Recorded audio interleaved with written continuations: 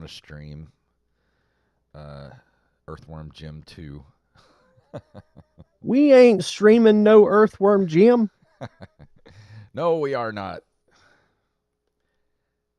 I better close that or it'll be beeping the whole time. All right. All I right. got all YouTube my sounds stuff good. up. Okay, good. Let me switch over here to our little opening thing. And it's time for an episode, everybody. In 3, 2, 1.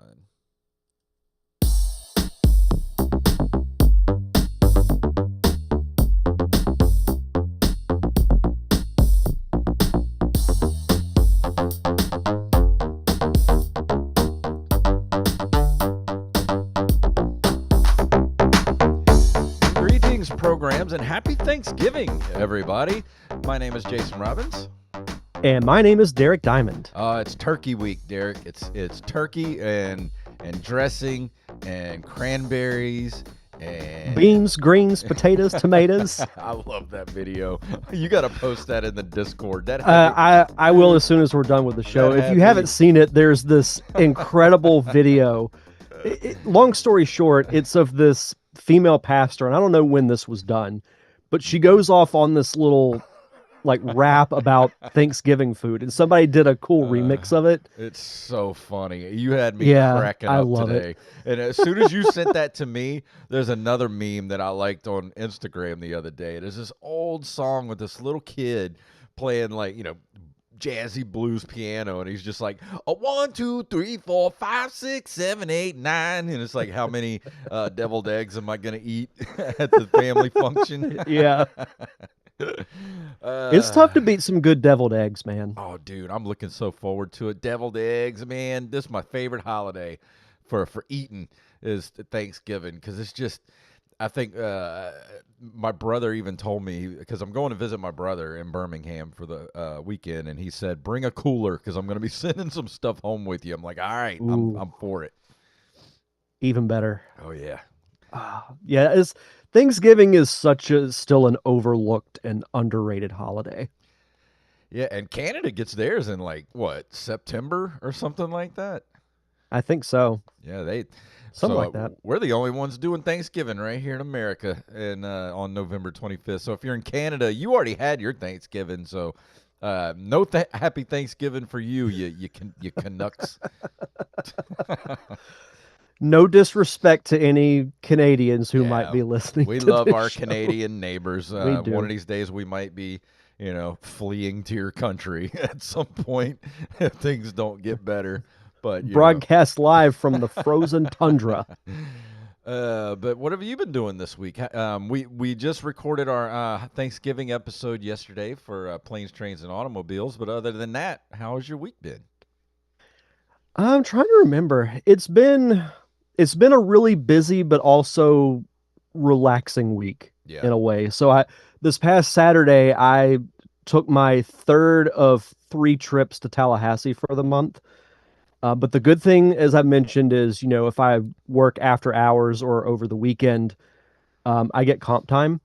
So I'm going to take Wednesday afternoon off and then save like the rest of the time for another time. So That's I can nice. kind of fully enjoy like a 4.5 day weekend.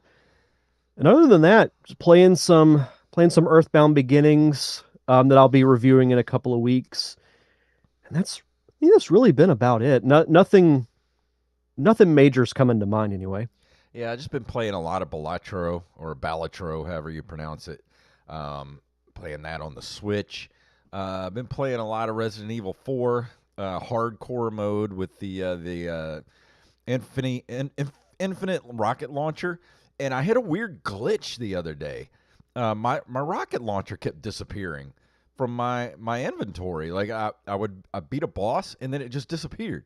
I'm like, well, that's weird. So I went back to a previous save and it was gone there too. I'm like, huh. So I literally had to go through the boss, get to another store and rebuy it. And luckily I've been spending money on nothing because I have the infinite rocket launcher. I don't need to buy anything. So I was able to buy another one. And then I get to the island and there was no ground. Like, I started running, and there was no ground beneath me. I'm like, this is weird. Something's happening with my game right now. A little bit of a hiccup happened, I Yeah, guess. so I had to restart, and luckily everything's fine now. But man, that was really odd. Like it just, my rocket launcher just kept disappearing for no reason. Just I would use it, and then the scene would change, and I would have no rocket launcher. Like that's not cool. I'm not gonna lie. When you were starting to say Infinite, I thought you were gonna say Infinity Gauntlet.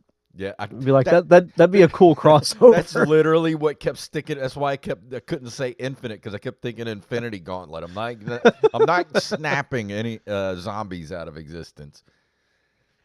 Well, maybe just half. Yeah, but we want to let everybody know too that we're going to be taking next Monday off, which is what, the 2nd, if I'm not mistaken. I think it's December 1st. December 1st. So yeah, we're taking December 1st off, just to kind of give us a little break, after Thanksgiving and everything, because we'll both be a little tired from the holiday. But and that'll give Derek another week with what are you doing after that? Earthbound Beginnings. Earthbound Beginnings. So that gives him one more week with that. So what we're gonna do is we're gonna take the 1st off, which is next week, but then we're gonna pre-record some episodes for the end of the month as well.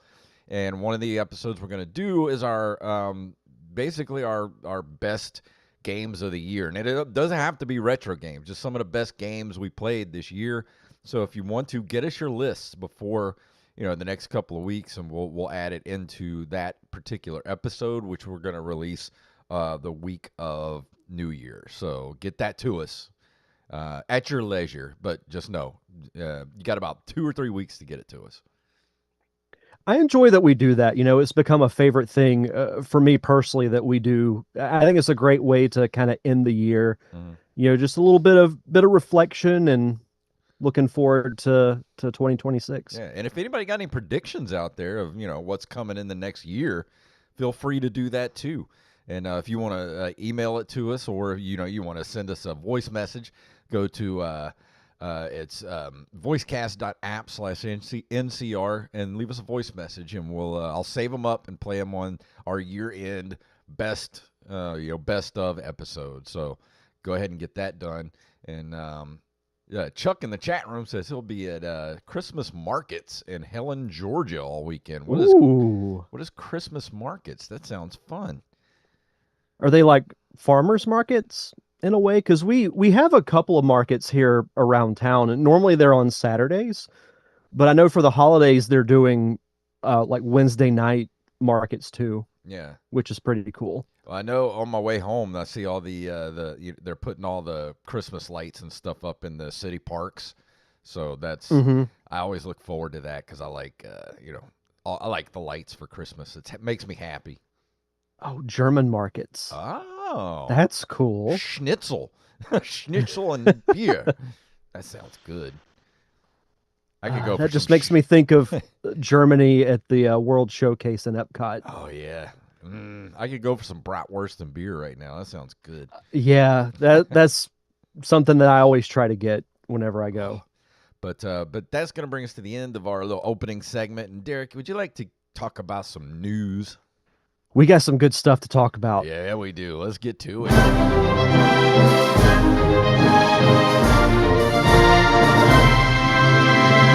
Some of this week's stories were provided to us by our Ms. Jackson. If you have a news story you'd like us to cover, send them to nerdcaveretro@gmail.com. And the first story comes from comicbook.com. The Nintendo Switch retro games, only 99 cents for a limited time. Some Nintendo Switch retro games are currently only 99 cents in the Nintendo eShop for a limited time, thanks to a 50% discount from Japanese game maker Capcom. Each deal is only available until December 11th, and each one is limited to the eShop, which means each is limited to digital copies. Let's see. Does it say? Here we go. We got, they include the following: 1941, Counterattack, 1942, Block, Knights of the Round, Magic Sword, King of the Dragons, Battle Circuit, Bionic Commando, Black Tiger, Capcom Sports Club, blah, blah, blah, Captain Commando, Cyberbots, Full Metal Madness, There's Final Fight. There's Ghouls and Ghosts, Ghosts and Goblins, Hyper Street Fighter 2, the Anniversary Edition, Mega Man The Power Battle, Mega Man 2, The Power Fighters, Night Warriors, Dark Stalkers. Good Lord, this is a long list. Section Z, that's a great game. Super Puzzle Fighter 2 Turbo, Super Street Fighter 2 Turbo, Super Street Fighter 2 The World Warrior, Street Fighter 2 Hyper Fighting, Street Fighter Alpha, Warrior's Dream, Street Fighter Alpha 2, Street Fighter Alpha 3, Strider, Tiger Road, Varth Operation, Thunderstorm, Vulgus, and Warrior's Fate, and there's still a lot more on the list that I didn't even name. So if you got a couple of bucks handy, head over to the Nintendo eShop and grab yourself some retro games before December 11th. I'll preface also, if you go to comicbook.com and look at this article, a little tip for all of you like journalists or those who type a lot. If you make a list, once you put an installment, hit enter, put the next name, and then repeat the process, because this is just one giant paragraph, and it gives me a headache just looking at it. Just bullet points. It's so easy to do bullet points these days. Yeah. But there are a couple of titles in there that I'm interested in. I feel like they put in every version of Street Fighter 2, which is I mean, I'm not saying that to be sarcastic. Like, I actually think that's kind of cool. Final Fight's a classic. There's a few on here that I'd be interested in. Yeah, if you're a Capcom fan like I am, and I guess we both are, Capcom's always been a seal of quality as long as they've been around. So I'm going to talk about a Capcom game tonight that is a very good game. So go get you some one of these 18 Street Fighter games that you can go pick up right now on the Switch. Exactly. From mynintendonews.com, Assassin's Creed Black Flag remake apparently due to launch before March 31st. We have heard plenty about the long-awaited Assassin's Creed Black Flag remake through Ubisoft, though Ubisoft has yet to acknowledge its existence. Now, Insider Gaming has provided more info, with journalist Grant Taylor-Hill stating that it is set to launch on multiple consoles before March 31st, 2026. More evidence was supplied by Ubisoft with an image of the various games set to release before the end of the company's fiscal year, with one of them grayed out. Insider Gaming says this is the Assassin's Creed Black Flag remake. Now all we need is Ubisoft to confirm it and release that all-important debut trailer. I'll be honest, I've never gotten into the Assassin's Creed games. I haven't either. I feel like, I don't know, from what I've watched of it, it doesn't really seem like anything that I would be a fan of. But if you do like the Assassin's Creed games, this is something to look forward to. Well, I mean, a lot of people have told me that, because I've only ever played the first one, and I found it kind of boring. And everybody said that I've said that to has always said, well, the later ones are always good, have been better. Like Black Flag, I've heard, is one of the best ones, but I don't know. It just doesn't have any appeal for me. No. Same here. Next story is from digitalfoundry.net. The Analog 3D overclocks the N64 in stellar fashion. After establishing itself as a major player in the retro gaming market over the past decade, Analog heightened customer expectations 2 years ago with its most ambitious announcement yet, a facsimile of a Nintendo 64. This system, the $250 Analog 3D, was advertised as a way to authentically play original N64 cartridges using the same field programmable gate array concept employed in their other consoles. Let's see. In its first analog, we discovered A3D actually over-delivers beyond what its initial advertising promised. At its $249 price, Analog 3D is currently the best way to play N64 games on a modern HDMI-equipped TV, particularly a 4K set. The core sales proposition has changed from the past analog consoles. Instead of serving as a wholly authentic recreation, Analog 3D in its default settings is actually an overclocked N64. That's kind of badass. I think I'm gonna have to get one of these things. And it says It here says, the overclocking is entirely optional, though analog leaves the feature on by default. You can turn it off system wide or even save your own game specific preferences. well, and unfortunately, it says here that it is sold out as of now. I'm sure. But it says here restock ships December 2nd after all pre-orders. Pre-orders are shipping and remain first in line. So something worth keeping your eye on because Yeah. I would say this would be worth it. If it plays N64 games better than the N64 does, I mean, I'm that sells me enough. And I mean, 250 really isn't that bad. And the cool thing is it looks like an N64. Like it's Oh got the yeah. same shape. It's it just looks nice. And the thing is, this might be more of a you thing because I'm not that nostalgic for the N64. I had one. I enjoyed it at the time. It's not something I really want to go back to because that was a hard time in gaming. It was the N64 PlayStation 1 era. The growing pain era Yeah, of video definitely. games. Yeah, but I mean, there's enough N64 games that I enjoy that haven't been made available like by other means. Yeah, Like with Ocarina of Time, I could play that on the 3DS and it's a better experience because it looks a lot better and it plays smoother. yeah. So this is something I'll keep an eye out on because I think this is really cool. But there were a lot of good games on the N64 that I really wished that, that they would just, throw it in an Unreal Engine and put a new coat of paint on them and have them available for, the Switch, Switch 2, newer game consoles because, like you said, Ocarina of Time, great game. Super Mario 64, great game. I played Resident Evil 2 on that system, which I loved. All those cool Rogue Squadron games were on there. Those would be great games, but man, going back and playing them now is just hard. It's rough. Yeah. Thankfully, they've taken a good chunk of the notable ones and have made them better Yeah. for other systems. From TimeExtension.com, Evercade Alpha Taito Edition, a bar top behemoth packed with coin op history.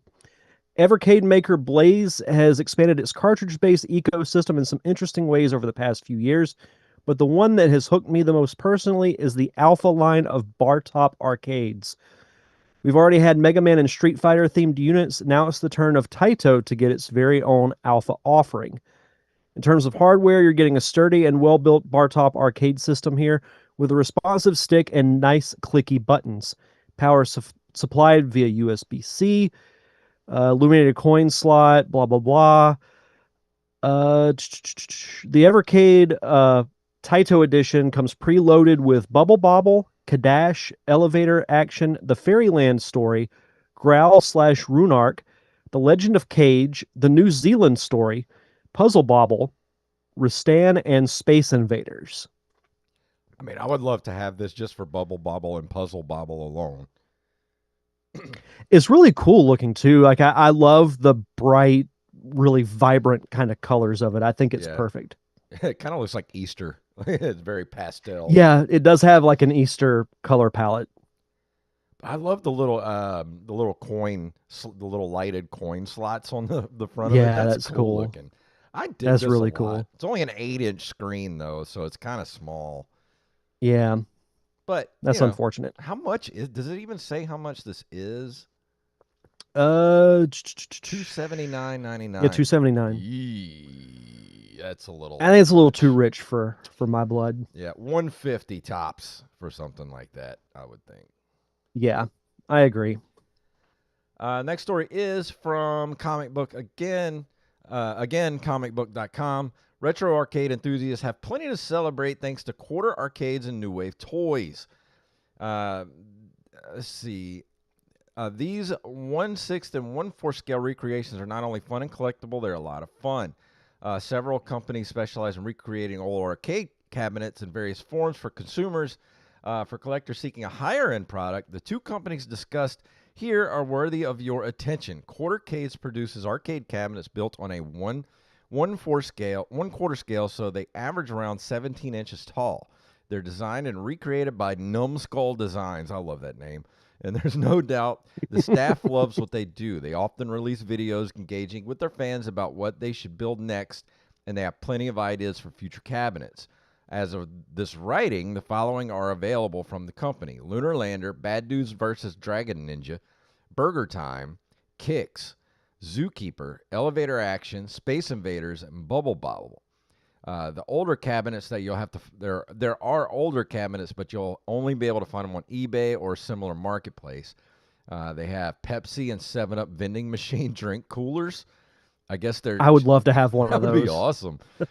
Pac-Man 40th, Miss Pac-Man, Galaxian, Galaga, Bubble Bobble, Dig Dug, Space Invaders Part 2, TMNT Turtles in Time, and Polybius Charging Hub. Now, if you don't know what Polybius is, that's that weird game that never existed, that people said it was sort of like a government testing console that drove people crazy or something like that. The Angry Video Game Nerd did a video about it one time. Oh, the first thing that pops up is Polybius, and in parentheses, urban legend. Yeah, it's some weird urban legend. And if you prefer smaller cabinets, New Wave Toys is the place to go.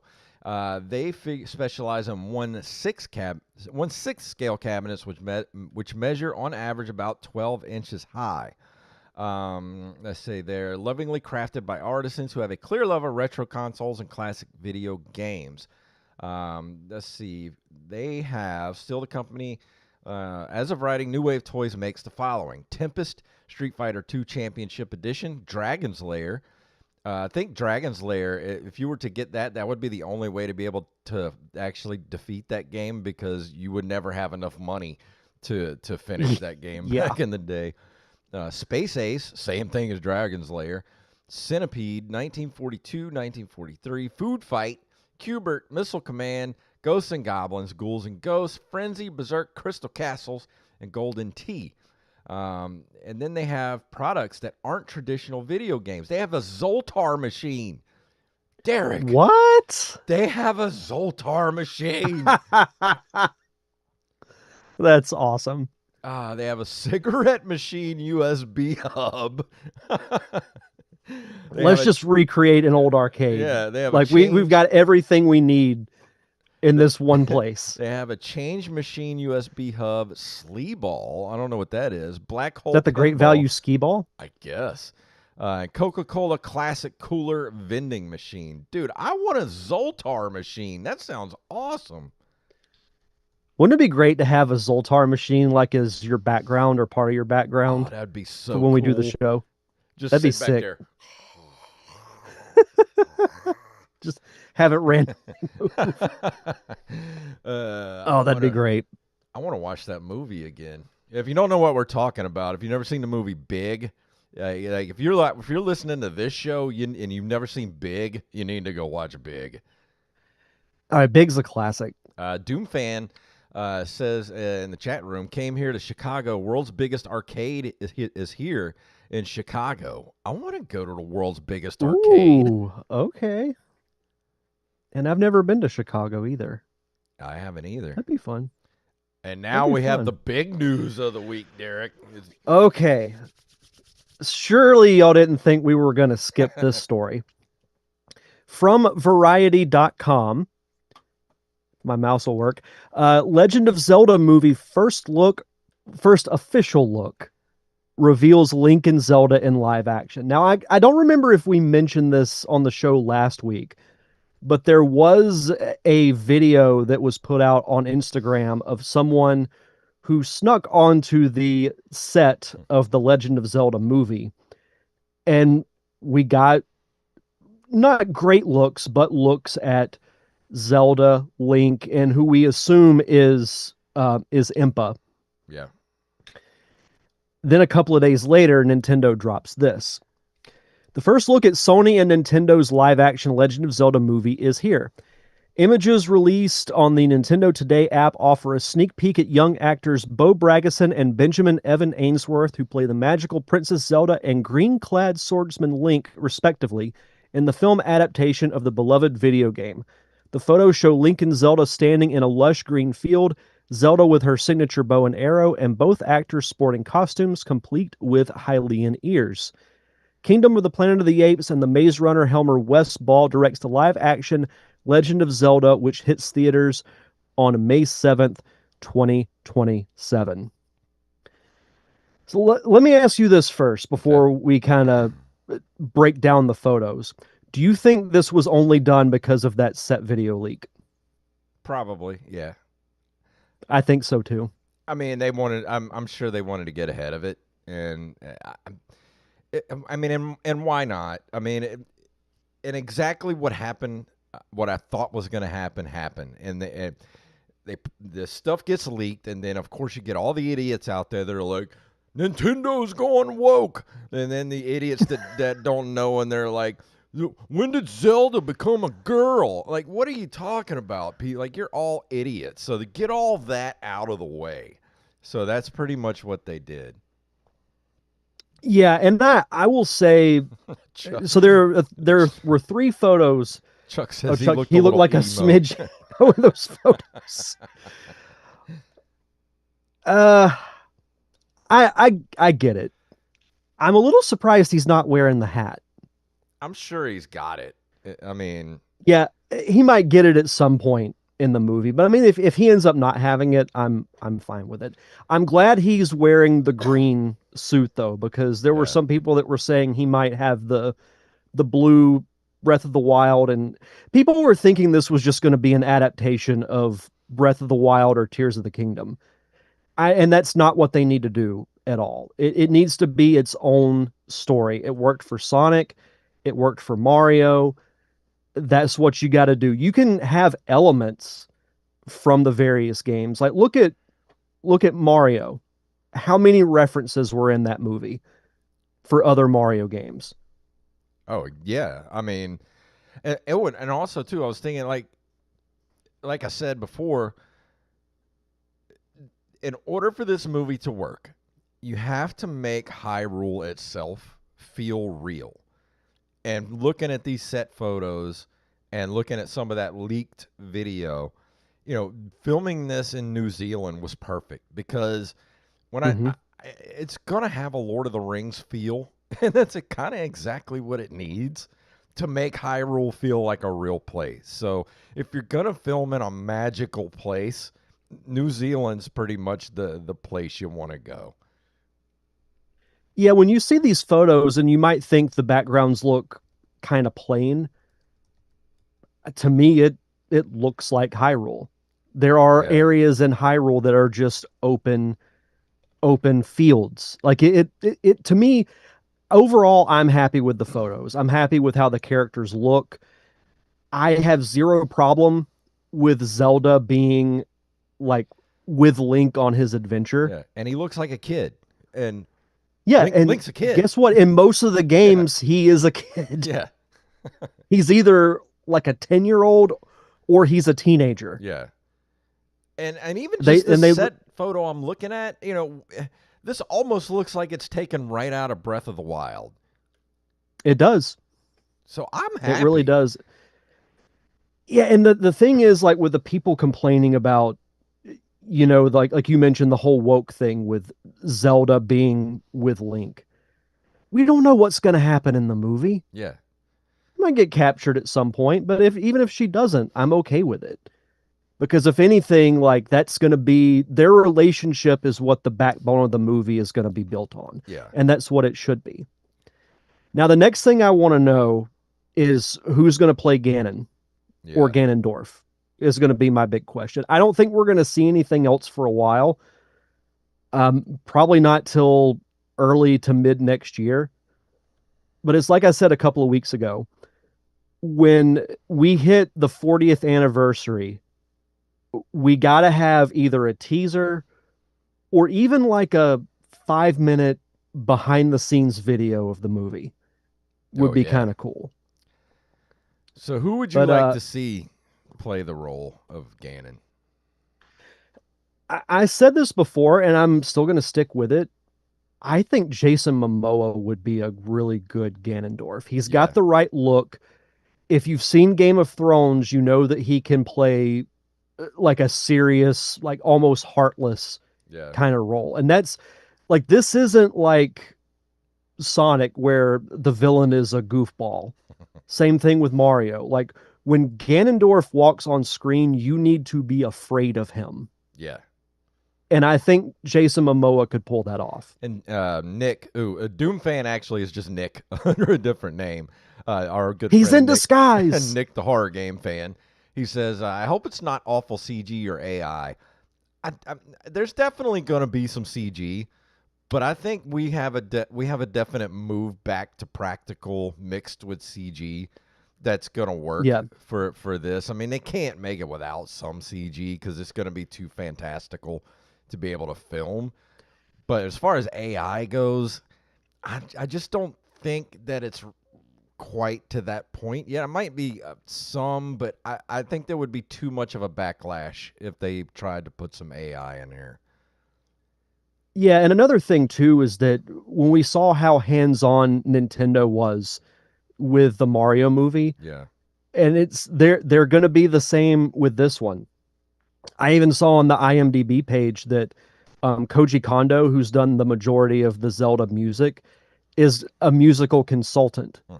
So that means that they're going to get the music right. Yeah. Which, man, when that Hyrule theme or that Zelda theme hits, I might burst out into tears. yeah, I know I am. I have already forewarned my wife because that I'm gonna turn into a blubbering baby. of all the video game properties that they could possibly make into a movie, this is the one that I feel like they have to get this one right, because there's so much fandom for the Zelda series. And they did what they did with Mario, which was a miracle, which was a great movie. But man, when it comes to Zelda, the Legend of Zelda, they have to get this right. So I'm just, because if this thing comes out and it's terrible and it bombs, this might be the end of video game movies as we know it. Because if Legend of Zelda fails, that's a lot riding on this movie. I still have my concerns, but when you look at the movies we mentioned, and you may not put them in the same category, but I thought the last Mortal Kombat movie that came out a couple of years ago, I thought that was good. Yeah. Street Fighter has the potential to be really cool. Mm. So I'm hoping that Zelda follows that trend. Obviously, it's going to be, oh yeah, Nick, you're right. They are making a Donkey Kong movie as well. Give me an adaptation of Donkey Kong Country, and I'll be it. now that's one where I think just a straight adaptation would work, because you have like a centered enough story, and you could tell it over the course of one movie. Like if you were trying to adapt Link to the Past or Ocarina of Time, you ain't doing that in one movie.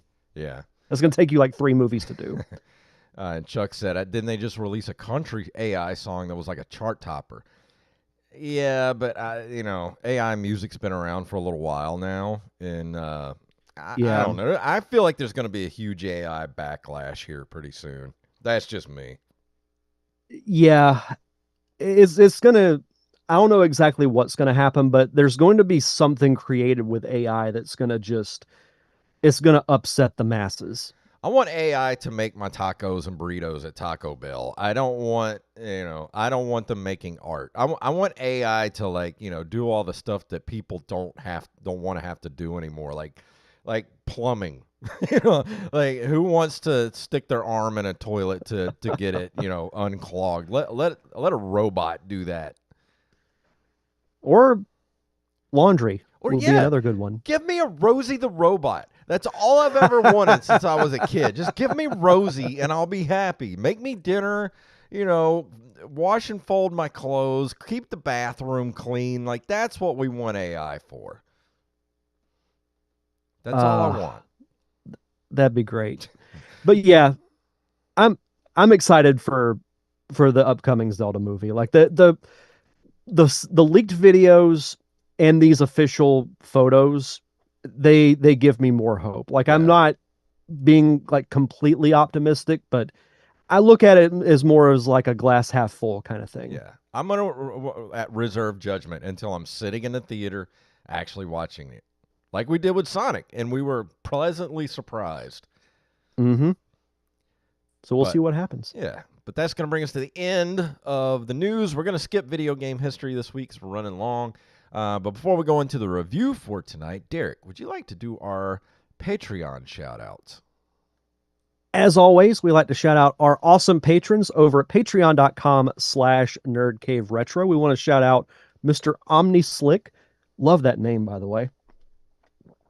Alex the Alley Cat, Michael Patrick, Justin Nispel, Riley, the official NCR fact checker, Mr. Wally Phelps, Nick W., Eld the Zombie, Yup Fed, aka Knife, Raven, Daniel Salmon, aka Bethany Fox, our amazing Discord community manager, Mr. B Res Coffee himself, Mike Eveland, the fact checker to the fact checker, Tyler the Wordsmith Watson, Axeblade07, Armez Jackson, the official NCR beat writer, Carlos Longoria, better known as I Am the Rampage,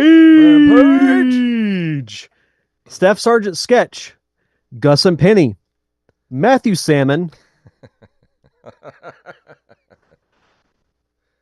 a man who is known as Venus, the golf instructor, the American Salad, the Potato Man himself, the Dream Chaser, violinist, pianist, and overall enjoyer of music, Joey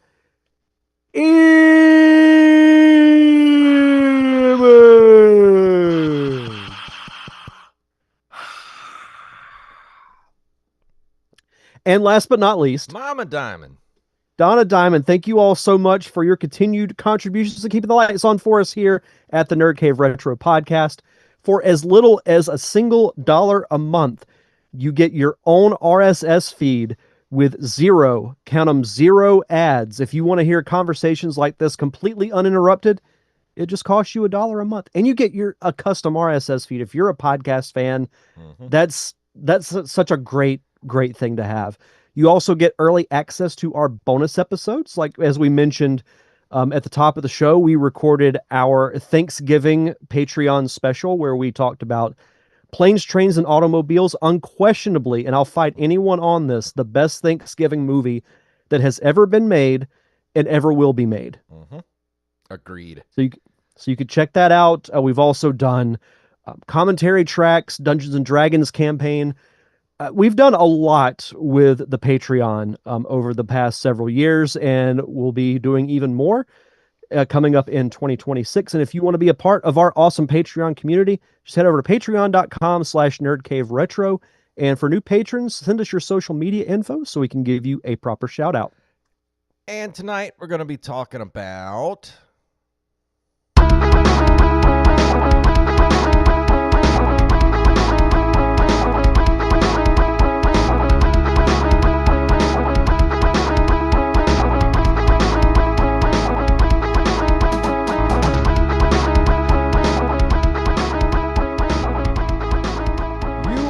Squadron, released in Japan as Area 88.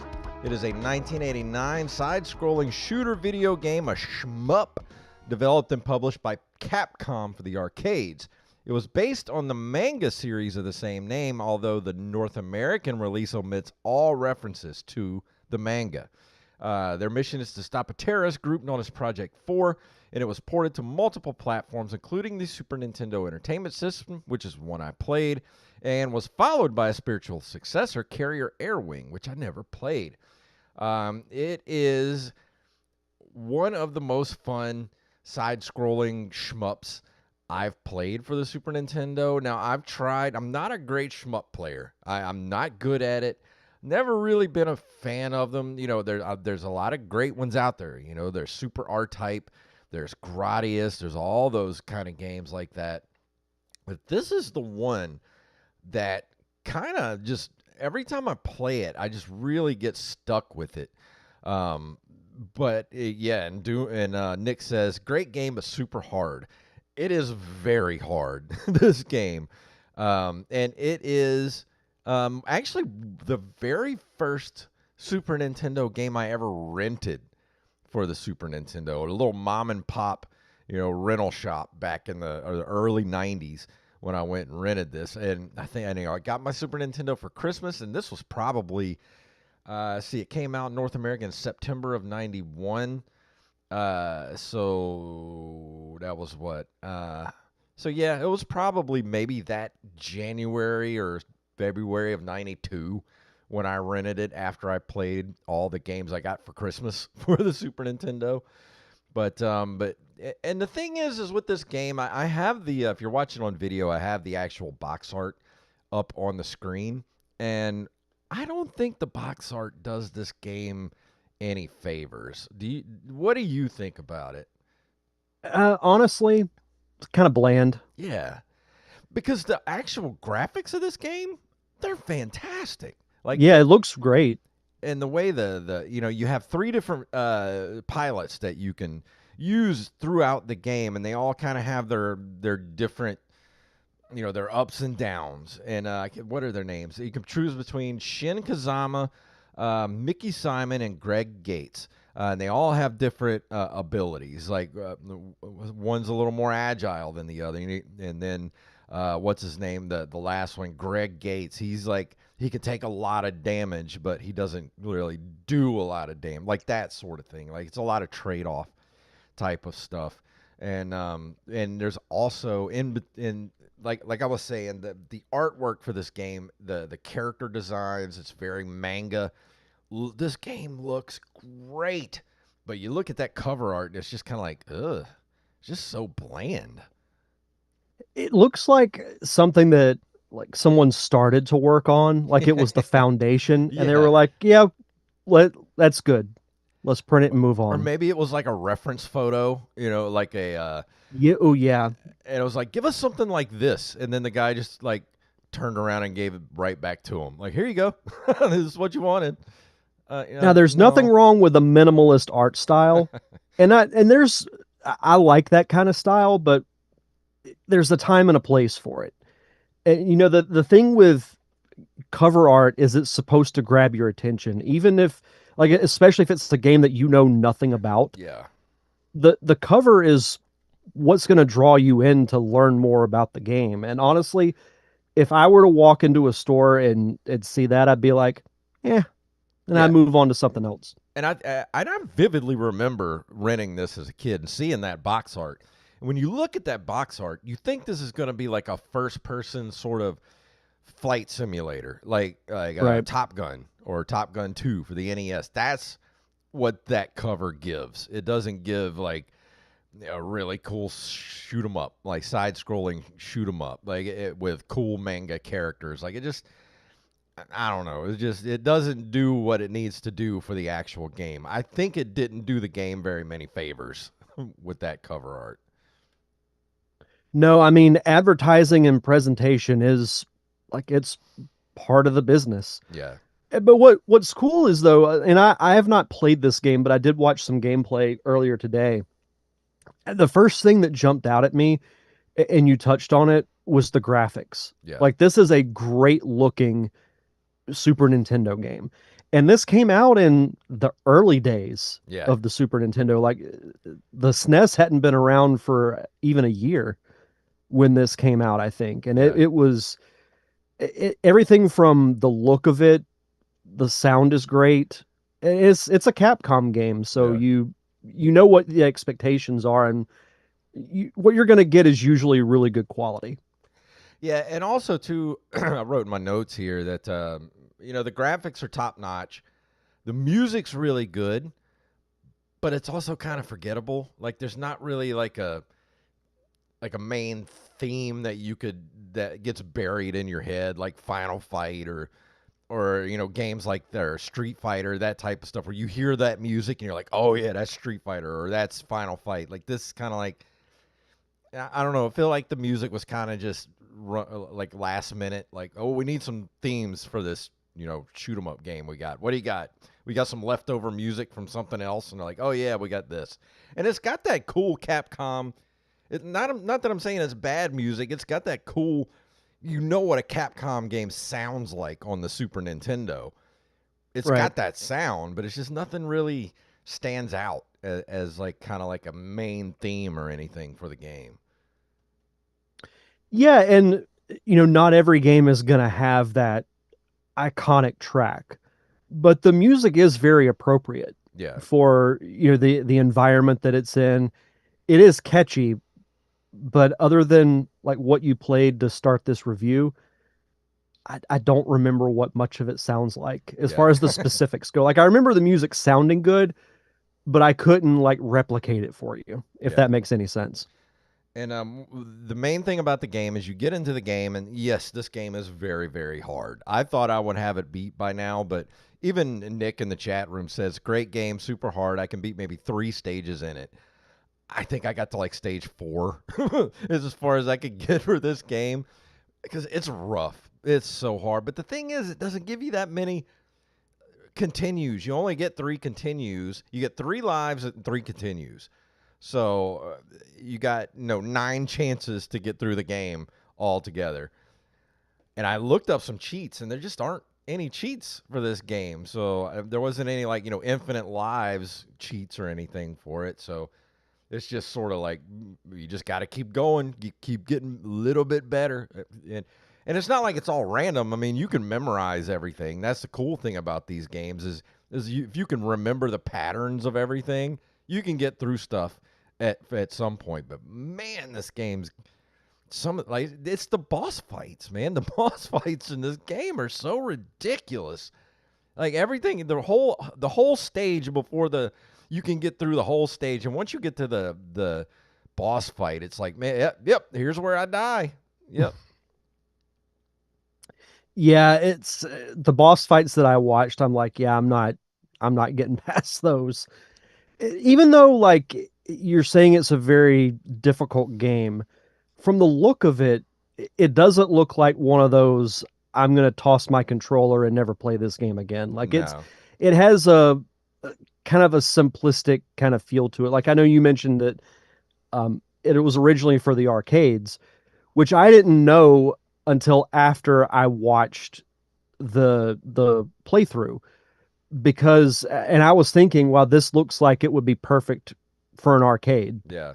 And that makes all the sense in the world. But we talk about how like a lot of the arcade ports don't really work on console, but it seems like this one does. Yeah, a lot of the Capcom games made great ports to, the home systems, even though Final Fight was kind of different as far as it didn't have Guy in it at first. They took a whole character out.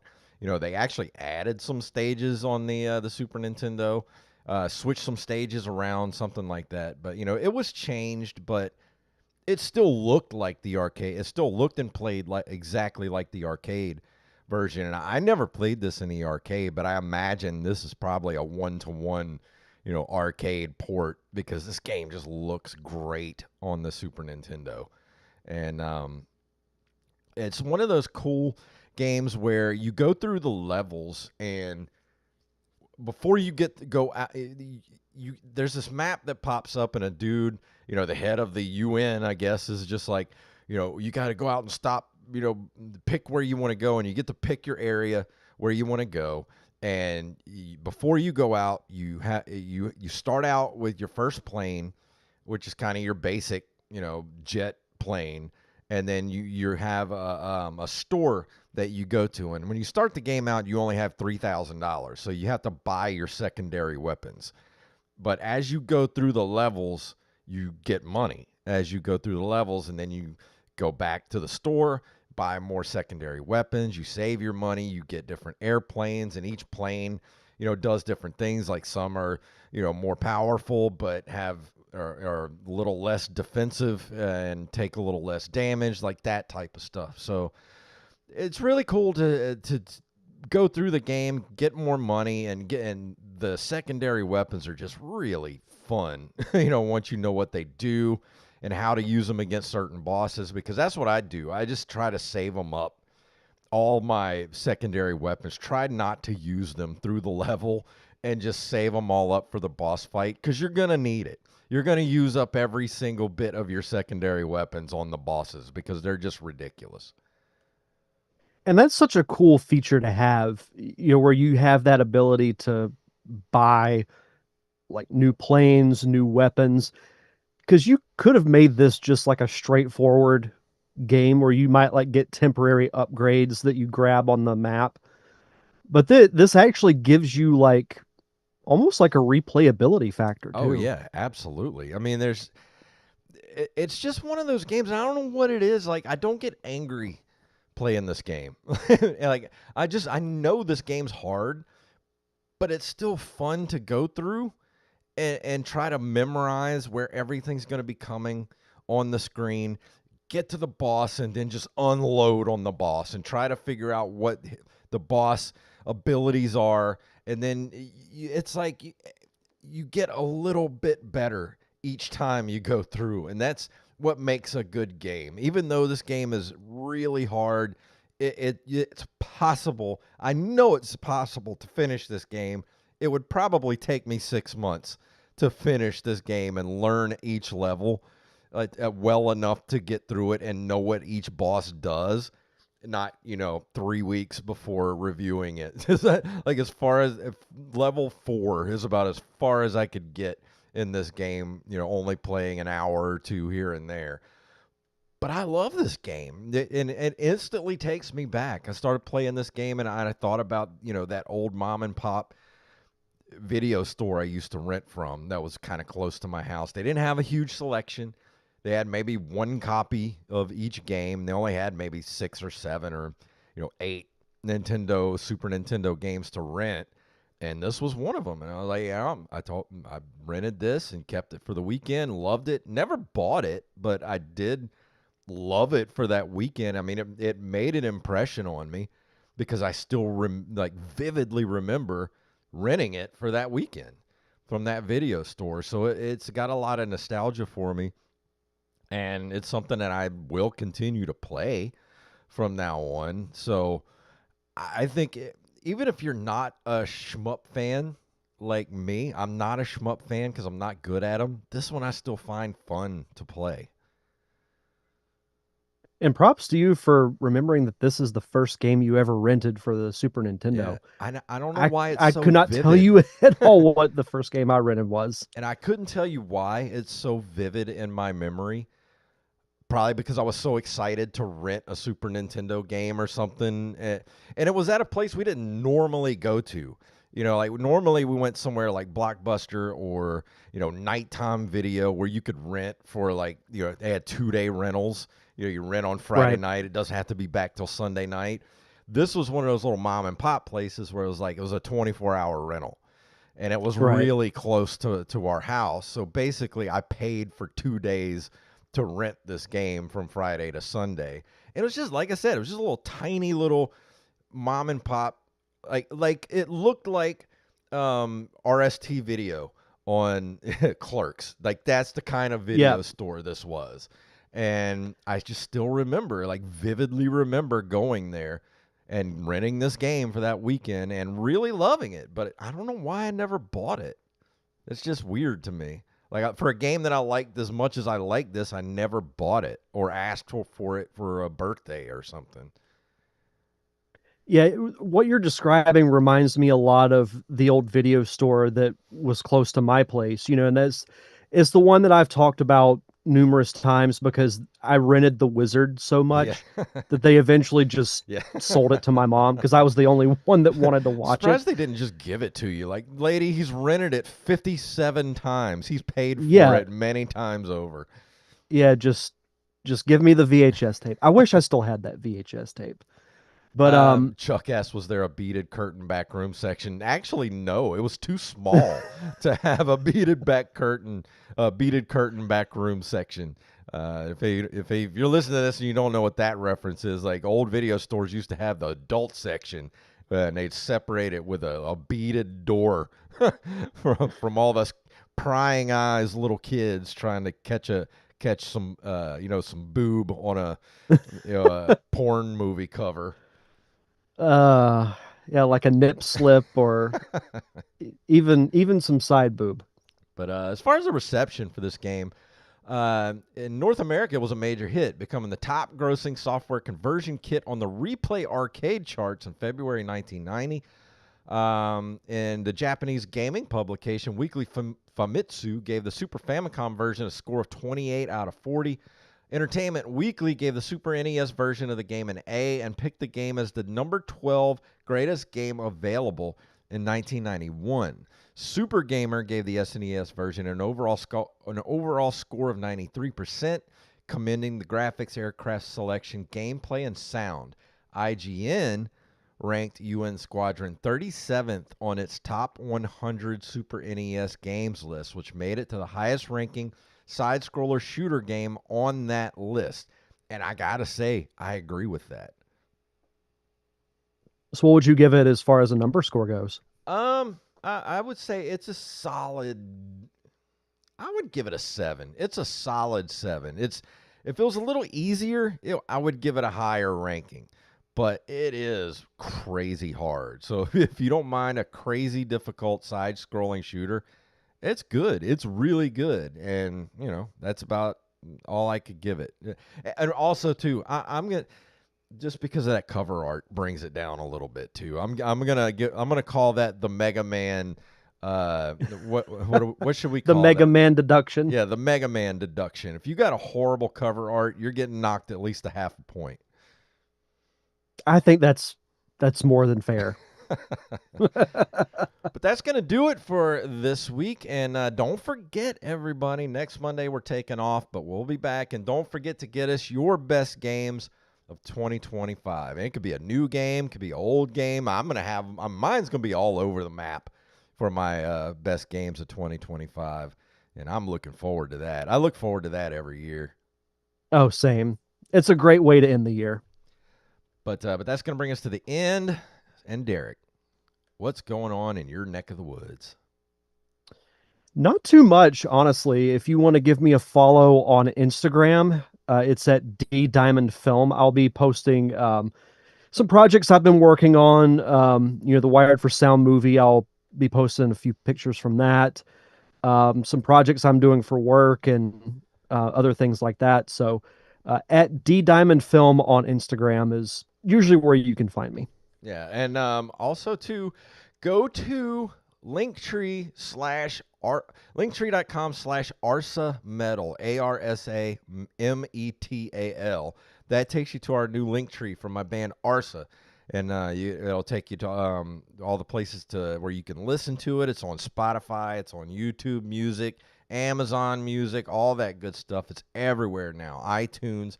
We also have a T-shirt available now. So if you like doom metal, you like progressive metal, please go check out Arsa and at Arsa Prague Metal on Instagram. Absolutely. And one other thing I want to throw out before we go, a little shout out to our friend Joey Image. If you go to prowrestlingtees.com, yes, they're doing a Black Friday sale. I believe it's 25% off all t-shirts. That's Pro Wrestling Tees, TEES. Just search for Joey Image and you can find, I think he's got like 10 shirts that are on there. I've got the Grand Theft Auto style one, but he's got some other really cool designs too. So go check that out. Let me make sure. I think you can just go to prowrestlingtees.com/Joey Image, and that'll take you right there. I'm pretty sure. I put it in the show notes for our Patreon yesterday. Oh, cool. Why is it not doing anything? Yeah, mine's frozen too. Yeah, you can do it. It's might be having a lot of traffic on the Pro Wrestling Tees site, but yeah, it's prowrestlingtees.com/Joey Image, and go get yourself a Joey Image t-shirt for Christmas for you or the wrestling fan in your life. Just get your whole family Joey Image shirts. for Christmas. Yeah, and Nick said, so nothing next week. Yeah, we're off next week, and we're going to be back on December 8th. So we'll have we'll have 4 episodes in December. So we're just going to take next week off for just to have a little time off and rest up a little bit because we're you'll be full. We're going to be you'll be traveling from coming in from out of town and everything. We'll be full of tryptophan and wanting to take naps after all that turkey. You see. And we could try to do a show, just be us sleeping for an hour. Yeah, but we're going to go ahead and get out of here. Thank you all for hanging out with us, and happy Thanksgiving, everybody. Go eat you some turkey or some tofurkey if you're a vegan. We're no judgment here. And, so go eat some pie and all that good stuff. And if you want to email us at nerdcaveretro@gmail.com. You want to leave us a voice message, go to voicecast.app/NCR. You don't have to sign up for anything. You just go there, leave a message with whatever, microphone you got on your phone or computer or wherever. You don't have to sign up for anything. You just leave the message. We'll get it, and we'll play it on the show. nerdcaveretro.com, that's our link tree. That takes you everywhere you need to go. The Voicecast, our socials, all the ways to give us money like Patreon and a merch shop. ncrmerch.com is our merch shop. You can get all kind of designs for t-shirts, hats, magnets, bags, mugs, whatever your nerdy heart desires. If you can't do that, I know times are tough. It's free to leave us a review and or a 5-star rating on all podcasting platforms. Derek, please tell them what it's all about. I got beans, greens, potatoes, tomatoes, chicken, turkeys, you name it. Yeah. Master Blaster runs Bartertown. And that's an episode, everybody. Woo! Oh, what was I going to say? It was something. Oh, yeah. I was looking up the amount of T-shirts we've sold the other day. Master Blaster runs Bartertown is by far, or Blaster Master runs Bartertown is by far our most highest selling T-shirt on TeePublic. We sold like 72 this year alone. Oh, sweet. It's like a lot. People love Who Runs Bartertown, I guess. I'm always getting emails. That's cool, though. In the Nerd Cave Retro emails, just like, you sold another Blaster Master T-shirt. Like, awesome. Oh, yeah. That's Nick, cool. We are going to do that. We're going to do top 5 favorite holiday specials / movies for our top 5 this month. Yeah. Yeah, I think we're going to record that along with another episode. We're going to pre-record those for the end of the month. So, if you're listening to this, we'll let everybody know in the Discord and everything, and we'll announce it in the next episode. But if you want to go ahead and get us your lists, that'll be our top 5 list for December. Top 5 favorite holiday specials / movies. I like that. Die Hard is my 1 through 5. Yeah, me too. And Die Hard 2. Hey, we got to throw Die Hard 2. Oh, yeah. Oh, yeah. Die Hard 2, yeah. But we're going to go ahead and get out of here. Thank you all for hanging out with us, and we will see you all in 2 weeks. 2 weeks.